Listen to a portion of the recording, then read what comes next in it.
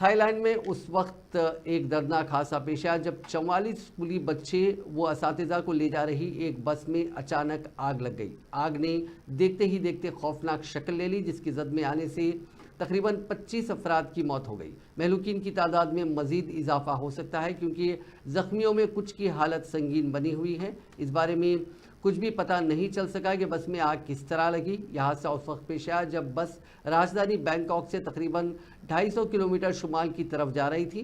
बस कहां जा रही थी इस बारे में भी फौरी तौर पर कोई जानकारी हासिल नहीं हो सकी। हादसा थाईलैंड के मकामी वक्त के मुताबिक 12:30 बजे पेश आया।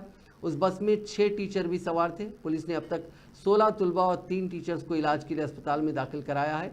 थाईलैंड के वजीर बराए ट्रांसपोर्ट सूर्या जवांगर का कहना है कि हादसे की तहकीकात शुरू हो गई है।10